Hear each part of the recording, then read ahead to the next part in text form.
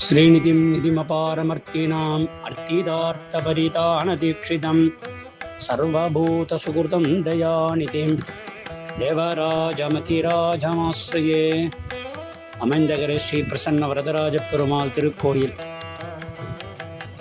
இத்திருக்கோயிலே 28/5/26 முதல் 6/6/26 முடிய பிரம்மோற்சவம் மிக விமரிசையாக நடக்கும்.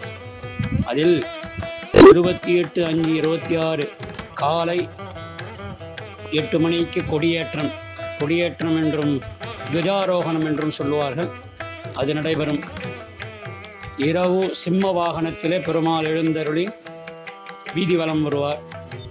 29 காலை 8 மணிக்கு தங்கத்தோளுக்கினியானில் பெருமாள் எழுந்தருளி திருவீதி வலம். இரவு சூரிய பிரபை வாகனத்திலே பெருமாள் எழுந்தருளி திருவீதி அலங்கரித்தருள்வார். 30/5/26 இங்கு வரதராஜ பெருமாளுக்கு காலை 5:30 மணிக்கு கருட சேவையில் பெருமாள் புறப்பாடாகும். கோபுரவாசப்படி 5:30 மணிக்கு சேவையாகும். பெருமாள் உள்ள வரத்துக்கு 10 மணி ஆகும். அதுக்கப்புறம் ஏகாந்த சேவை, சாயங்காலம் திருமஞ்சனம், இரவு அனுமந்த வாகனம் ரொம்ப விமரிசையாக நடைபெறும். 31ஆம் தேதி காலை யாழி வாகனத்தில் எழுந்தருளி திருவீதி வலம் வருவார்.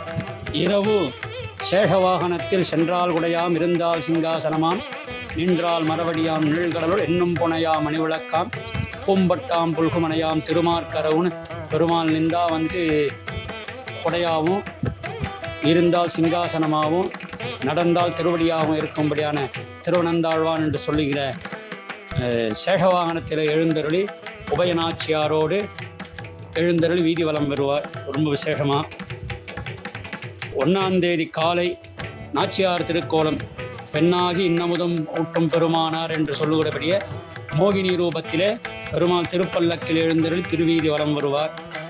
இரவு அம்சவாகனத்திலே எழுந்தருளுவார். 2ஆம் தேதி காலை கற்பக விருட்சத்தில் வேணுகோபாலனாக சேவை சாதிப்பார். ரொம்ப விசேஷமாக நல்லா இருக்கும். இரவு சூர்ணாபிஷேகம், மாலை 6 மணிக்கு சூர்ணாபிஷேகம். இரவு யானை வாகனத்தில் எழுந்தருளி பெருமாள் வீதி வலம் வருவார். 3ஆம் தேதி ரொம்ப விசேஷமாக திருத்தேர் என்று சொல்ல பெரிய ரதத்தில் எழுந்தருளி நாச்சிமாரோட எழுந்தருளி திருத்தேர் வீதி வலம் வருவார். 7 மணிக்கு திருத்தேர் பெருமாள் எழுந்தருள 10 மணிக்கு உள்ள ஒருவர். ரொம்ப விசேஷமாக நடக்கும்.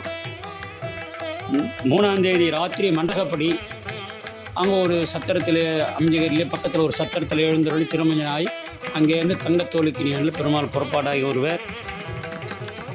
4ஆம் தேதி வெண்ணத்தாழி திருக்கோலம். இரவு குதிரை வாகனத்திலே எழுந்தருளி வீதி வலம் வருவார். ரொம்ப விசேஷமாக இருக்கும். 5ஆம் தேதி போர்வ கலைதல் தீர்த்தவாரி, அதுதான் விசேஷமானது. இரவு புஷ்ப பல்லக்கில் பெருமாள் வீதி வலம் வருவார். 6ஆம் தேதி இரவு அவரோகணம், கொடியிறக்கம். இது 10 நாட்கள் ரொம்ப விசேஷமாக இந்த கோவில் உற்சவங்கள் நடக்கும். காஞ்சிபுரம் வரதராஜ பெருமாள் கோவில் நடக்கும்படியாகவே உற்சவம் நடக்கும். பக்தர்கள் அனைவரும், ஆஸ்திகர்கள் அனைவரும் கலந்து கொண்டு பெருமானை சேவித்து